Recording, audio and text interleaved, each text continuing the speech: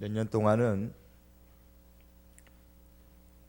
여자 목소리가 커지면 집안이 망한다 소리는 절대 남자들은 하지 마시기 바랍니다. 아마 과거에는 그런 소리를 하도 우리 여성들이 많이 들어서 교회에 여성들이 훨씬 더 많지 않았나 싶습니다. 그래서 말 못하는 소가리를 교회에 와가지고 다 하나님 앞에 기도를 해서 기도도 여성들이 더 열심히 뜨겁게 많이 하고 예배를 드리는 것도 여성들이 한국교회에 더 많지 않았나 싶은데 앞으로 5년 동안에는 남성들이 교회에 더 많이 올 것 같습니다. 우리 남성들은 아멘 좀 해주셨으면 좋겠는데 그러면 이제 한 5년 뒤에는 균형이 좀 더 맞지 않겠나 싶습니다.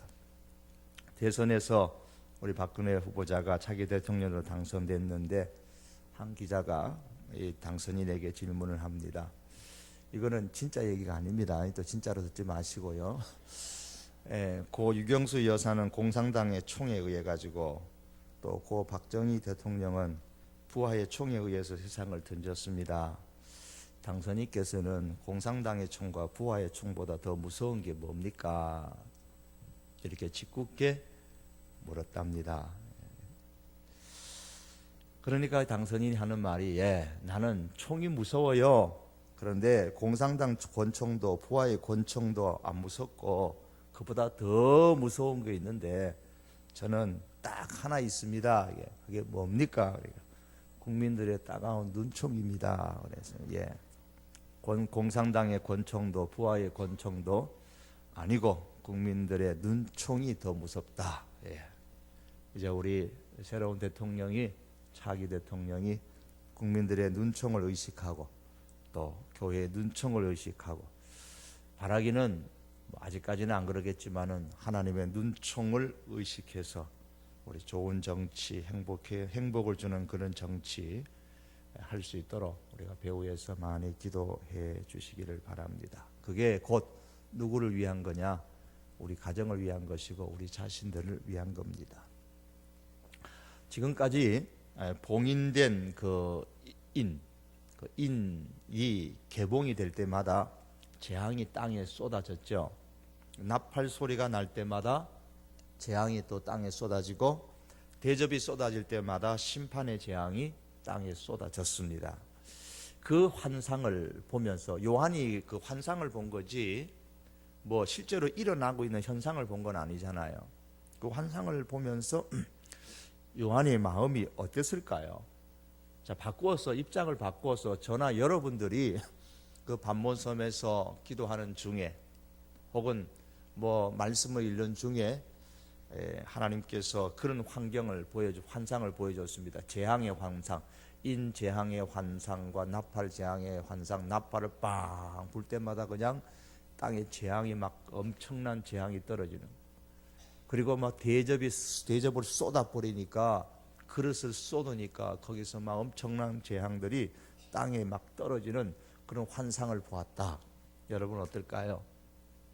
저 같으면 막 식은땀이 막 줄줄 흐르지 않을까 싶습니다.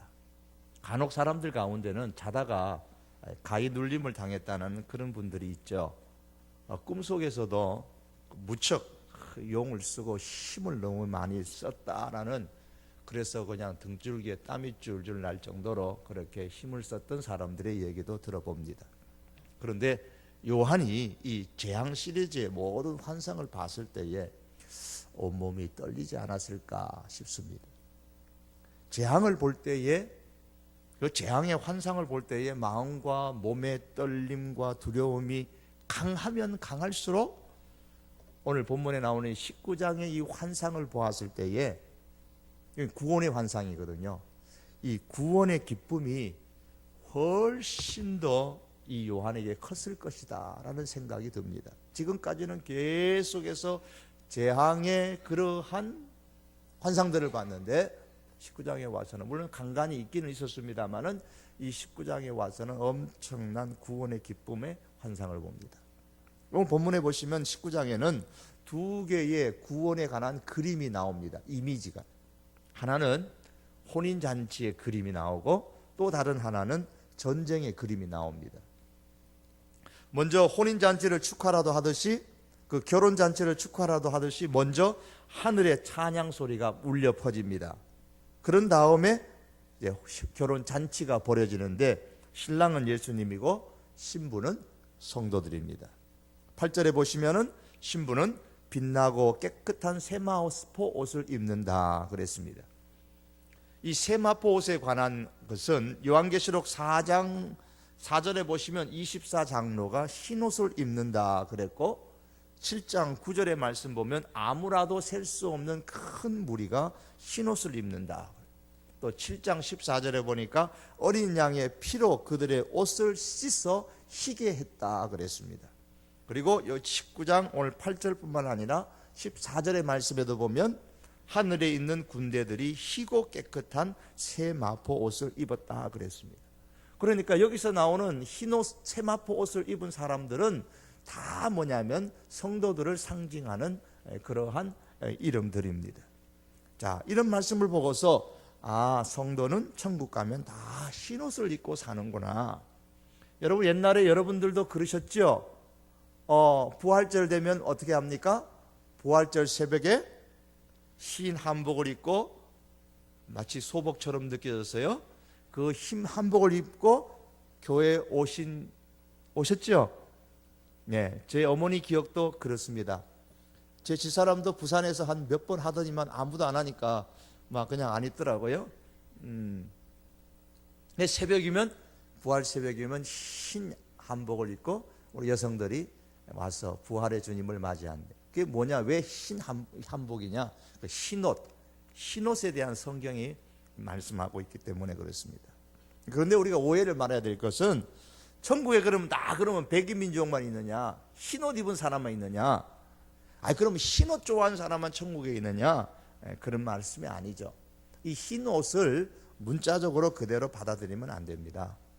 문자적으로 이해한다면 말이 안 되는 것이, 예수님의 보혈에 씻어서 흰옷이 됐다 그랬는데, 예수님의 보혈이 하얀 색깔입니까? 2차도는 피가 하얀 것처럼 하얀 거 아니잖아요. 무슨 색깔이에요? 예수님 피도 안 받지만 빨갈 거 아닙니까? 예수님 피 빨간 피란 말입니다. 그 빨간 피에다가 씻으면 어떻게 됩니까? 하얗게 변합니까? 전 그런 색깔은 못 봤어요. 그러니까 예수님의 보혈 피에 씻어서 흰옷이 됐다고 성경의 계시록에 그러잖아요. 그러면 여기서 나오는 흰옷이라는 것은 금방 문자적인 의미가 아니구나, 그걸 금방 아시게 됩니다. 예수님의 피로 씻어 된 이 흰옷을 입었다라는 말은 예수님의 보혈로 말미암아 구원을 받았다는 말이죠. 구원을 받았는데 거기는 뭐가 없어요? 죄가 없단 말이에요. 하나님께서 보실 때는 죄를 다 가려버렸어요. 예수님의 보혈로 씻어서 다 가려버렸어요. 그러니까 죄가 없어요. 더럽지 않아요. 구원받는데 더러운 게 없어요. 그래서 희다라는 표현을 써서 흰옷을 입는다, 그런 표현을 쓰고 있는 겁니다. 또한 오늘 말씀해 보니까 신부가 입은 세마포 그 옷은 성도들의 옳은 행실이다, 그렇게 8절 말씀에 이 세마포 옷은 성도들의 옳은 행실이다 그랬습니다. 성도들의 옳은 행실이 그럼 어떤 행실입니까? 만약에 우리가 이 옳은 행실을 도덕적인 어떤 옳은 행실이나 어떤 종교적인 옳은 행실이라고 보면, 이런 옳은 행실의 옷을 입고 이 결혼잔치에, 혼인잔치에 참여할 수 있는 사람이 없단 말입니다. 이것은 예수님의 보혈로 씻음을 받았기 때문에 옳은 행실인 겁니다. 그럼 어떻게 해야 예수님의 보혈로 씻음을 받을 수 있습니까? 예수님을 믿어야 되는 거죠. 내 구원자로. 그리고 성경은 행함이 있는 믿음이어야 한다고 말씀했으니까 실천하는 믿음이 되어야 됩니다. 사실 믿음이라는 단어 자체가 화석처럼 굳어 있는 개념이 아니고 살아서 움직이는 개념이죠. 이 살아있는 믿음, 이 믿음을 갖는 것, 이것이 바로 옳은 행실의 가장 핵심적인 내용입니다. 큰 바벨론이 앞에 18장까지 나오는 내용입니다. 큰 바벨론이 이제 17장에서는 정치적인 힘을 가지고 하나님을 버리는 데 사용을 합니다. 그리고 기독교인들을 핍박하고 죽이는 데 사용합니다. 그뿐만 아니라 18장에 오면은 경제적인 부를 누리면서 자기의 영화와 사치에 전념을 하면서 역시 하나님을 버립니다. 재물이 많고 돈이 많으면 많을수록 하나님을 버리고 그 돈을 힘으로 삼아가지고 성도들을 핍박을 합니다. 마치 세상이 전부 자기 것이 그냥 떵떵거리며 살아갑니다. 그 가운데서 성도들이 믿음으로 살려고 하니까 고난을 당하는 사람이 있고, 심지어 그 믿음 지키다가 순교하는 사람들도 생깁니다. 18장 마지막 24절에 보시면은 선지자들과 성도들과 및 땅 위에서 죽임을 당한 모든 자의 피가 그 성, 즉 바벨론 성 중에서 발견되었느니라 그랬습니다. 믿음 지키려다가 바벨론과 반대되는 거슬려서 살아가는 것 때문에 핍박을 받고 죽는 사람들도 생기더라는 거예요. 큰 성 바벨론으로 인해서 고난과 핍박, 심지어 죽임을 당하는 거예요. 비록 환상이지만은 이 장면을 볼 때에 요한이 아마 강심장이 필요했을 거예요. 강심장. SBS 나오는 이동욱하고 신동엽이 MC 맡은 강심장 말고요. 연세 드신 분 아세요? 청년들도 몰라갖고 물어보는 것 같은데. 그 강심장 말고 이 심장이 강철 심장이 돼야 그 환상을 볼 거예요. 그런데 그 큰 바벨론이 무너집니다. 한순간에 다 무너집니다. 절대로 무너지지 않을 것 같은 바벨론이 멸망당합니다. 여러분, 우리 시대에 큰 나라가 무너지는 거 봤잖아요. 완전히 이 바벨론처럼 멸망당한 건 아니지만은 어디 나라가 무너졌어요? 구소련이 무너졌잖아요. 옛날에 소련과 미국의 양대의 이 세계의 가장 큰 이 강성한 나라라고 그랬는데, 제 생각에도 어린 시절의 나이에 소련이 무너질 거라고 자라면서 생각을 안 해봤어요. 소련이 그냥 어느 한순간에 무너지면서 러시아가 돼버리고 그 안에 있던 많은 나라들이 다 독립을 해버렸잖아요. 그런데 이 큰 성 바벨론은 그 정도가 아니고 완전히 그냥 폭삭 멸망해버립니다. 그리고 그 가운데서 성도들이 구원을 받습니다. 환상의 장면이 환란에서 뭘로 바뀌어요? 구원으로 그냥 확 전개되는 거예요. 요한이 할렐루야 탄성을 지르죠. 요한이 본 구원의 그 모습은 바로 말씀드린 것처럼 결혼의 모습, 결혼잔치. 얼마나 신납니까? 잔치입니다. 이 내용이 우리가 읽은 7절에서 10절의 말씀에 나오는 거예요. 그런데 결혼잔치의 특징이 있어요. 하나님께서 마련하시는 이 결혼잔치는요, 어느 잔치든 마찬가지만 나만 혼자 있는 게 아닙니다. 예수님께서 누가복음 13장 29절의 말씀 보시면은 사람들이 동서남북으로부터 와서 하나님의 나라 잔치에 참석하리니 그랬어요. 이 잔치가 어느냐면 어린 양의 잔치거든요. 구원의 잔치거든요. 예수님께서 이 땅에 계실 때에 이 어린 양의 잔치에 대해서 말씀을 하셨어요. 환타지에 나오는 거 아니에요. 아마 20대 정도는 요한계시록을 읽으면서 야, 이거 환타지 소설이다 그렇게 생각하시면 안 돼요.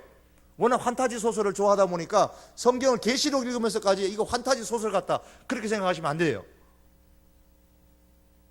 예수님께서도 벌써 이 요한계시록이 있기 전에 동서남북으로부터 사람들이 와가지고 이 하나님의 나라 잔치에 참석한다 그랬어요. 이 잔치가 어린 양의 잔치입니다. 계시록에 나오는 어린 양의 잔치예요.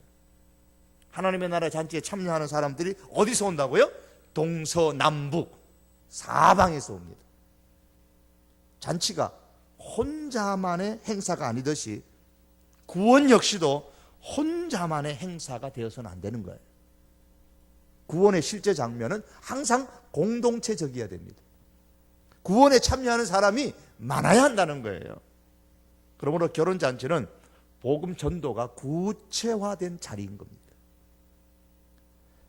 주님이 마련하시는, 예수님께서 마련하시는 그런 잔치에 나만이 아니라 보다 많은 사람들이 참여해서 그 잔치를 즐기는 것이, 그 잔치에 참여해서 즐거움을 누리는 것이 바로 하나님의 마음이고 하나님의 뜻이라는 것을 우리가 알아야 됩니다. 그리고 이 결혼잔치에 참여하는 사람은 무슨 사람이다? 복 있는 사람이다. 오늘 성경이 그렇게 말씀합니다. 결혼잔치에 참여하는 사람을 향해서 복 있다 그렇게 9절에 말씀해요. 잔치에 청함을 받은 자들은 복이 있도다. 이 금요기도에 참여한 분들은 복이 있도다. 복이 있도다. 잔치, 복이 있는 것.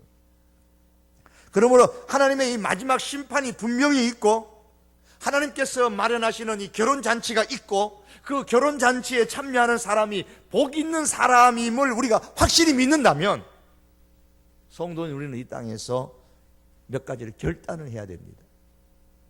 구원이 정말로 귀한 것이고 잔치와 같은 그런 분위기라면 우리는 분명히 이 땅을 사는 동안에 결단하고 실천해야 되는 게 있어요. 그 첫 번째가 뭐냐면 믿음으로 인해서 어떤 어려움이 와도 결단코 믿음을 배반하지 않겠다는 결단을 해야 됩니다. 성도의 옳은 행실, 이 세마포 옷, 이건 못 입으면 이 혼인잔치에 참여 못한단 말입니다. 이것은 이미 예수님께서도 비유를 통해서, 혼인잔치 비유를 통해서도 말씀해 주셨어요. 예복을 입어야 되는데 이 예복은 믿음이란 말이에요. 어떤 어려움이 와도 이 큰 성 바벨론이 어떤 경제적인 부의 힘을 가지고 정치적인 권력의 힘을 가지고 우리를 향해서 믿음을 흔들어 놓을지라도 우리는 결단코 이 믿음을 배반하지 않겠다는 결단을 하면서 우리가 살아가야 됩니다. 바벨론이 존재하는 지금의 세상에는 성도들에게 어려움이 있습니다. 사단의 권세를 받은 짐승과 거짓 선지자들의 핍박도 있고 세상이 교회를 미워하고 성도들을 미워합니다. 저는 오늘 여기 처음 들은 얘기인데, 부산에서는 없었어가지고 처음 들은 얘기인데, 교회 타도 이런 기독교 타도 이런 현수막들이 잠깐 붙은 적이 있었나요? 있었다 그러대요. 저 하시는지 모르지만 그런 얘기를 하더라고요. 차에다가 이렇게 요즘 차에다가 많이 붙이고 하죠. 시대면 가면 갈수록요, 기독교의 역사를 보시면 기독교가 환영을 받은 때가 별로 없어요. 항상 교회는 핍박을 받습니다. 어느 시대든 간에. 세상이 교회를 미워하고 성도들을 미워합니다. 예수님께서 미워하는 것을 이상하게 여기지 마라. 너희 때문에 미워하는 것이 아니라 나 때문에 미워한다, 그런 얘기를 하셨어요. 그래서 뒤로 물러서지 말고 앞으로 전진하는 믿음을 가질 것이다, 이런 결단을 하고 우리가 살아야 됩니다. 왜? 잔치가 좋잖아요. 하나님이 마련하신 그 혼인 잔치에 그게 너무 좋고 그 자리에 참석하는 것이 복 있는 것이라면 우리가 이것은 반드시 누려야 되는 겁니다. 이기 위해서 우리가 믿음의 결단을 하셔야 됩니다. 다른 하나는 하나님께서 바벨론 재앙을 끝으로 결혼잔치를 마련했을 때에 보다 많은 사람이 참여할 수 있도록 말씀드린 것처럼 느긋한 마음이 아니고 가능한 한 빨리, 가능한 한 많이 이 잔치에 참여할 사람들을 데려오는 이 복음의 사명은 우리가 감당해야 되는 겁니다. 우리 교회가 감당해야 되는 거예요. 또 다른 하나가 있습니다. 잔치에 참여하는 사람의 마음이 어떻습니까? 잔치에 참여하는 사람의 마음은 넓습니다. 넓어요. 또 잔치는 음식이 풍성하고 하니까 좋은 일로 잔치하니까 이 넉넉합니다. 막 넉넉해요. 그러면 우리가 구원의 잔치에 참여하는 사람이면 우리가 확신하면서 살아가야 되는데, 종말론적인 하나님의 나라에 가서 그때 가가지고 혼인잔치에 참여해서 내가 넉넉한 마음을 가질 것이다, 그게 아니고요, 이미 종말론적인 그 하나님의 나라는 이미 시작되어졌단 말입니다. 아직 완성은 안 됐지만 이미 시작되어진 현재적인 하나님의 나라에서 우리가 살기 때문에 여기서 잔치의 기쁨을 누려야 되고, 여기서 우리가 잔치의 기본적인 예절을 지키면서 살아가야 돼요. 기쁨으로 사람들을 대해야지요. 잔치집에 가가지고 환한 얼굴을 가지고 말이에요, 막 찌르면은 그냥 막 싸움이라도 붙을 듯이 그러면 안 되잖아요. 기쁨으로 돼야 됩니다. 왜? 구원의 잔치가 지금부터 시작되어 가야 되는, 지금부터. 그때 가서가 아니라 지금부터 구원의 잔치에 우리가 참여하는 사람으로서 기본적인 예절을 갖춰야 돼요. 예의가 있어야 돼요. 그 예의가 뭐냐? 잔치집에 가서는 기뻐해 줘야죠. 기뻐해야 됩니다. 또 넉넉한 마음을 가지고 배려도 하고 용서도 하고, 이게 잔치집에 참여한 잔치의 그 넉넉한 마음입니다. 특별히 잔치의 특징 그러면 딱 기억나는 게 두 가지 있습니다. 하나는 뭐냐면 음식이 많다는 거, 평소보다. 두 번째는 사람들이 뭐하여 앉아갖고 음식을 먹으면서 웃으면서 막 웃음꽃이 피고 교제를 나누잖아요. 교제가 풍성한 거예요. 잔치집에 앉아갖고 혼자 외롭게 이렇게 막 혼자 말도 안 하고 그냥 아무 사람도 없이 혼자만 이게 먹기만 하는 사람이 있으면요, 그보다 청성이 없어요. 우리 성도교회 구원의 잔치에 오는 사람들이 혼자 외로워하지 않도록, 마치 잔치집에 가서 혼자 밥 먹고 가버리는 그런 사람 되지 않도록, 혼자 고독하게 신앙생활하지 않도록 잔치집에는 교제가 많아야 돼요. 그래서 이 교회 안에 지금부터 우리 구원의 잔치에 참여하는 사람들로서 풍성한 교제, 주님 안에서의 교제가 있어야 해요. 이 잔치의 이 구원의 그림이 지나가게 되면 그 다음에 나오는 것이 뭐냐면 전쟁입니다. 전쟁하고 잔치하고는 극과 극의 이미지 같잖아요. 그러나 사실 같은 이미지가 거기 담겨 있습니다. 잔치의 분위기는 기쁜 거죠. 전쟁에서 승리하면 어떻습니까? 그 역시 기쁜 거예요. 작은 기쁨이 아니고 아주 큰 기쁨입니다. 큰 소리가 들릴 정도로 그렇게 기뻐합니다. 잔치를 베푸잖아요. 전쟁에 승리하면 승리의 잔치를 베푸잖아요. 전쟁의 이미지 속에 여기에 지금 잔치의 이미지가 들어가서 공통된 이미지가 뭐냐면 기쁨이라는 거예요. 바벨론과 그 무리들로 인한 핍박이 크면 클수록 그로 인한 아픔이 깊으면 깊을수록 잔치와 전쟁으로 인한 기쁨은 배나 지금 더하여 가는 겁니다. 그러므로 이는 이 미래의 기쁨을, 앞으로 마지막 종말론적으로 이루어지게 될 이 기쁨을 지금도 우리가 매일매일의 승리를 통해서 누리며 살 수 있기를 바랍니다. 승리의 그날을 생각하며 지금부터 우리가 작은 승리를 경험하며 살아가셔야 돼요. 오늘 본문 11절에서 21절의 말씀이 전쟁에 관한 말씀인데요, 천년왕국 후에 있을 곡과 마곡의 전쟁이 이제 20장 가면은 끝에 나옵니다. 7절에서 우리 10절까지 나오고 있는데요, 이건 이 계시록을 보는 큰 입장이 무천년설, 역사적 전천년설, 후천년설, 전천년설, 후천년설, 그리고 무천년설 이렇게 봅니다. 전천년설도 역사적 전천년설, 그 다음에 세대주의적 전천년설 이렇게 봐요. 어떤 관점에서 보느냐에 따라서 요한계시록을 설명하는 것이 조금씩 달라요. 그 조금 달라도 그거 조금 다르다 그래서 그거는 저 사람 이단이다 그렇게 말하진 않아요. 다른 관점 속에서 보고 있구나, 아직 되지 않는 미래의 일들이기 때문에 다른 관점 속에서 좀 보고 있구나, 그렇게 우리가 생각하지 이단이라고 말하진 않습니다.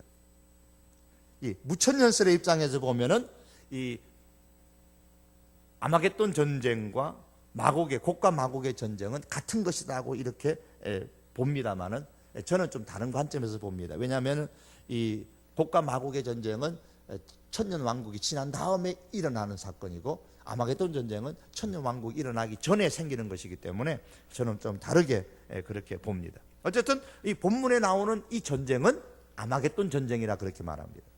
왜냐하면 16장에 보시면은 대접의 6번째 대접의 재앙이 나오는데 거기에 보면은 아마겟돈이라는 곳에 모여가지고 하나님과 성도들을 대적하기 때문에 아마겟돈 전쟁이라 그렇게 얘기하는 겁니다.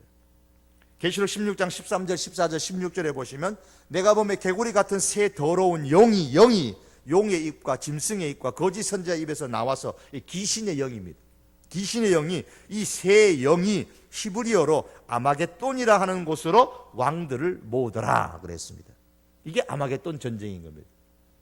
개구리 같은 더러운 새 영, 귀신의 영이 아마겟돈에 모여가지고 전쟁을 일으키기 때문에 아마겟돈 전쟁이라 그러는 거예요. 자, 이 아마겟돈이라는 말이 성경의 그대로 히브리어고 그 의미는 무깃도라는 산이라는 그런 뜻이에요. 무깃도의 산, 집결 장소예요. 이 구약 성경에서 무깃도가요 아주 중요한 곳이에요.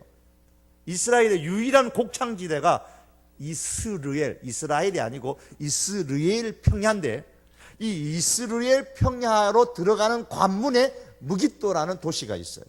갈멜산 기슭에 위치하고 있는데요, 그래서 이 무깃도를 차지하는 사람이 이스라엘 평원을 차지하게 되는 겁니다. 곡창지대를 차지하는 거예요. 그렇기 때문에 이 이스라엘 평지를, 그 평야를 차지하기 위해서 이 무깃도라는 장소에서 전쟁이 많이 일어났어요. 대표적인 전쟁 가운데 하나가 남쪽 유다의 요시야 왕 때에, 이 요시야 왕이 대부흥을 일으키는 왕이지만은 애굽의 바로느고하고 싸우다가 이 무기토 전쟁에서 전사를 하게 됩니다. 자, 그래서 이 아마겟돈 전쟁 그러면 뭔가 모르지만 한 번씩은 들어봤는데, 이 아마겟돈 전쟁 그러면 제3차 전쟁인가? 앞으로 중동에서 일어나는 이스라엘하고 뭐 중동하고 일어나는 3차 전쟁이 아마겟돈 전쟁인가? 결론적으로 먼저 말씀드리면 이건 실제적인 전쟁이 아니고 영적인 전쟁입니다. 그러나 저와 또 다른 입장에서 이건 실제적인 전쟁이라고 말하는 사람들이 굉장히 많은데, 저는 이 말씀을 보면서 이건 영적인 전쟁이다. 왜 그런가? 말씀을 통해서 보겠습니다. 19장 11절에 보시면 요한이 하늘이 열리고 백마를 타고 오시는 분을 봤습니다. 그분이 어떤 분이냐? 11절에서 16절의 말씀에 기록되어져 있습니다. 백마 탄 자 이름이 충신과 진실이고, 13절에 하나님의 말씀이고 공의로 심판하고 싸운다. 눈은 불꽃 같고, 12절에 머리에는 많은 관을 쓰고 계시고, 13절에는 피 뿌린 옷을 입고 입에서는 예리한 검이 나오고 이 검으로 만국을 치고, 15절에는 만국을 철장으로 다스리고 포도주 틀을 밟는 것처럼 진노를 발하시고, 14절에서는 하늘에 있는 군대가 희고 깨끗한 세마포옷을 입고, 즉 성도들이 백마를 탄 그를 따르고, 그 다음에 16절에 보시면 이분은 만왕의 왕이요 만주의 주다 그랬습니다. 자, 그러면 이분은 척하면 삼천리입니다. 알죠? 그런데도 이단에서는 요 백마 탄 왕이, 백마 탄 자가 누구냐? 자기 교주라고 얘기해요. 요 자기 교주라고 지금 얘기하고 있다고요. 이만희는 요 백마 탄다가 자기라고 지금 얘기하고 있어요. 그래서 백마를 타요. 진짜 백마를 타고 다닌다고, 공식적인 행사하면은. 제 전에 한번 사진 보여드렸죠. 이단들이 다 백마를 좋아하는 게, 왜 백마를 좋아하느냐? 요 백마를 탄 요거 예수님 흉내를 내고 있기 때문에 그래요. 우리는 척 보면 아 이거 예수님이다. 신앙생활 좀 하면, 성경 조금만 알면 금방 아는데, 그 교묘하게 연결시켜 가면서 그거를 교주로 지금 연결시켜 나가는 거예요. 자, 예수님께서 성도들과 함께 짐승과 거짓 선지자들과 전쟁을 하는 겁니다. 실제로 미사일 쏘는 그런 전쟁이 아니에요. 예수님의 이름이 지금 뭐냐고 하냐면 여기서 하나님의 말씀이라 그랬어요. 입에서 나오는 검이라 그랬어요. 하나님의 말씀으로, 입에서 나오는 하나님의 말씀으로 싸우시는 거예요. 그럼 어떻게 싸움이 시작되느냐? 16장에 가보시면 개구리 같은 더러운 세형이 세상의 왕들을 미혹합니다. 이적을 보이면서 와 그리고 다 모읍니다. 모으는 이유가 뭐냐면 이겁니다. 하나님 곧 전능하신 이의 큰 날에 있을 전쟁을 위하여 그들을 모으더라 그랬어요. 큰 날, 하나님의 큰 날이 무슨 날이냐? 구약의 표현을 말하면 여호와의 날입니다. 구약 성경 선지서를 읽어보시면 여호와의 날이라는 말이 참 많이 나와요. 여호와의 날은 어떤 날이냐? 불신자들에게는 심판의 날이에요. 심판의 날. 믿는 사람들에게는 구원의 날입니다. 자, 그걸 아니까 이 하나님의 심판을 면하기 위해서 이 사단의 존재들이, 이 더러운 귀신의 영들이, 짐승과 거짓 선지자들이 지금 싸우는 거예요. 싸우려고. 드디어 심판의 날에 그러면, 그래서 왕들을 모아가지고 아마겟돈으로 집결을 시키는 겁니다. 그게 아마겟돈에 모였기 때문에 아마겟돈 전쟁이라고 하는데, 드디어 심판의 날에 백마를 타신 예수님께서 뭐 하시냐? 재림하시는 거예요. 11절에서. 자, 재림하시는데 14절에 보면 성도들이 따릅니다. 결국 그러니까 사단적인 존재와 그를 따르는 존재하고, 그리고 예수님과 예수님을 따르는 성도들하고의 싸움입니다. 그러니까 이게 무슨 전쟁? 이거는 영적인 전쟁이지 육의 전쟁이 아니란 말이에요. 그 결과 어떻게 되느냐? 짐승은 20절에 보면 거짓 선지자가 붙잡혀가지고 패배를 해서 유황불못에 던져진다 그랬고, 21절에 보면 이들을 따르는 나머지들은 다 말씀의 검에 의해서 맞아 죽는다 그랬습니다. 새들이 날아와서 그 시체들을 먹는다라고 21절에 말씀합니다. 이 게임 오버, 게임이 끝납니다. 이렇게 해서 아마겟돈 전쟁이 끝납니다. 그러므로 이게 무슨 전쟁이냐? 영적 전쟁입니다. 여러분, 이 말씀에 지금 보시면 우리의 종말론적인 구원이 어떻게 이루어지고 있습니까?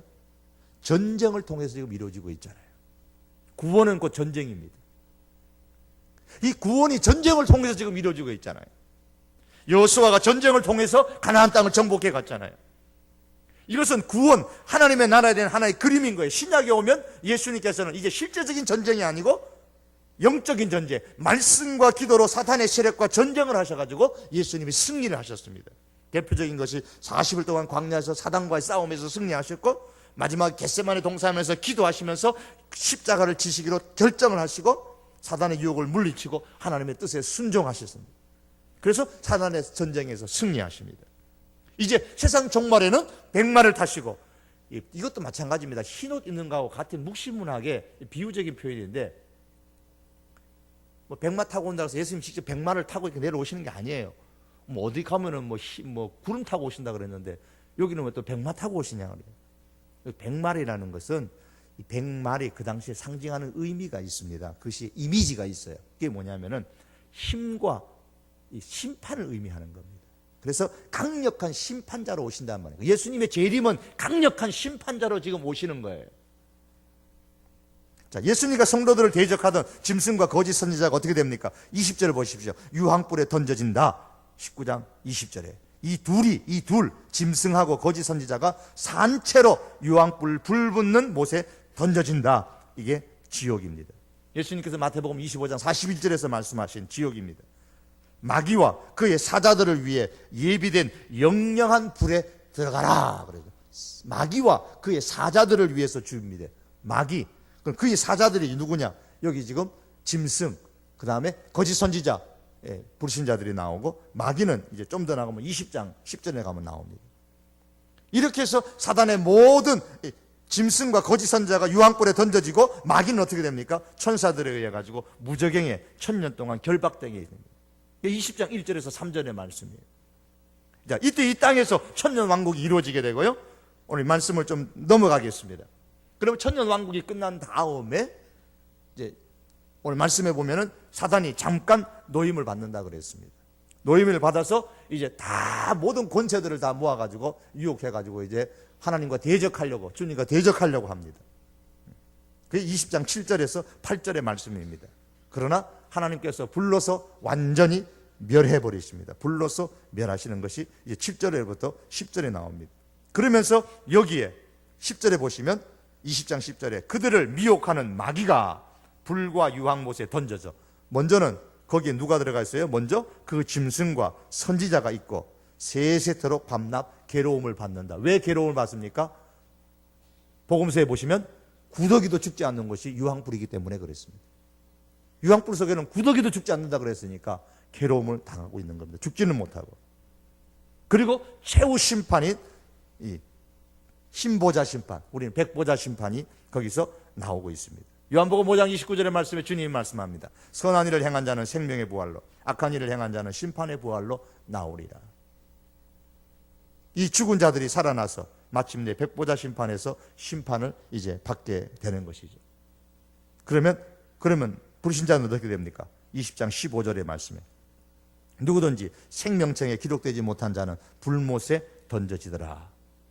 결국 짐승, 거짓 선지자, 사단, 그리고 불신자들, 사단과 그를 추종하는 모든 무리들이 다 유황 불못에 떨어지게 된다. 이 지옥에 떨어지게 된다. 오늘 19장, 20장이 말씀하고 있습니다. 그 후에 나오는 것이 21장에 나오는 새하늘과 새 땅입니다.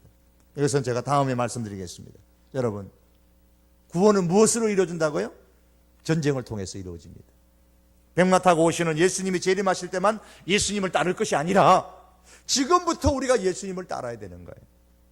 예수님께서 말씀의 검으로 사단과 그 무리들을 물리치셨던 것처럼 우리 역시도 지금 이 땅에서 살면서 말씀의 검을 가지고 사단과 그 무리들을 물리쳐야 되는 겁니다.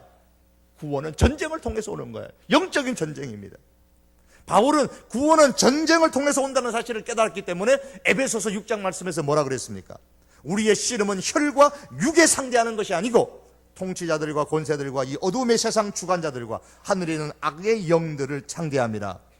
그러므로 하나님의 전신갑주를 취하라. 이는 악한 날에 너희가 능히 대적하고 모든 일을 행한 후에 서기 위함이라. 영적 전쟁에 대해서 말씀하는 겁니다. 우리가 사는 여기가 바로 아마겟돈 전쟁터예요. 예리한 말씀의 검을 휘둘러서 끈질게 순종의 삶을 우리가 살아가야 되는 겁니다. 희생의 순종의 삶을 우리가 살아가야 되는 겁니다. 사단의 미혹을 그래서 우리가 말씀으로 물리치고 이 말씀의 순종으로 기도의 능력으로 물리쳐야 되는 겁니다. 말씀을 맺기를 원합니다. 오늘 본문은 결혼잔치와 전쟁을 통해서 우리의 구원의 기쁨이 얼마나 소중하고 큰가를 말씀해 주고 있습니다. 세상 바벨론은 반드시 무너지고 반드시 하나님께서는 구원하십니다. 혼인잔치에 참여하게 됩니다. 기쁘죠. 반드시 백말 타시는 예수님으로 인해서 전쟁에서 승리할 것입니다. 이 백말 타시는 이 예수님을 따르는 모든 성도들은 반드시 승리할 것입니다. 그리고 승리의 기쁨을 만끽할 것입니다. 그렇습니다. 이 구원은 기쁨인 겁니다. 이 종말론적인 구원을 바라보면서 기대하며 우리가 기쁘게 살아가야 돼요. 그리고 이 구원은 영적인 전쟁을 통해서 이루어진다는 사실을 우리가 깨닫고, 바울의 고백처럼 하나님의 전신갑주로 우리가 무장해서 승리함으로써 이 기쁨의 삶을 살아가는 그런 우리 성도교의 모든 하나님의 사람들 될 수 있기를 주의 이름으로 축복합니다. 기도하시겠습니다. 오늘 말씀을 기억하면서 우리 한번 기도하십시다.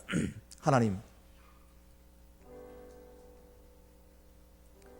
혼인잔치에 참여하는 것은 그때 가서가 아니고 종말론적인 구원은 예수님 재림하신 그때가 아니라 지금부터 하나님의 나라가 이미 시작된 지금부터 우리가 경험해야 될 사실들입니다. 이 혼인잔치에 참여하는 그런 자의 심령으로 하나님 살 수 있게 하시고, 구원은 영적인 전쟁을 통해서 우리 승리를 가져온다는 것을 기억하면서 주여 하나님의 말씀에 우리가 승리하게 하시고 하나님의 전신갑주로 무장해서 이 땅 속에서 우리가 승리하며 살아가는 하나님의 사람 되게 해 주시옵소서. 우리가 그렇게 기도할 것입니다. 우리 찬양을 한 장 부르고 이렇게 기도할 텐데, 우리 다 같이 함께 이 기도의 제목을 기억하시면서 우리가 하나님 앞에 찬양을 합니다. 마귀들과 싸울지라 348장입니다.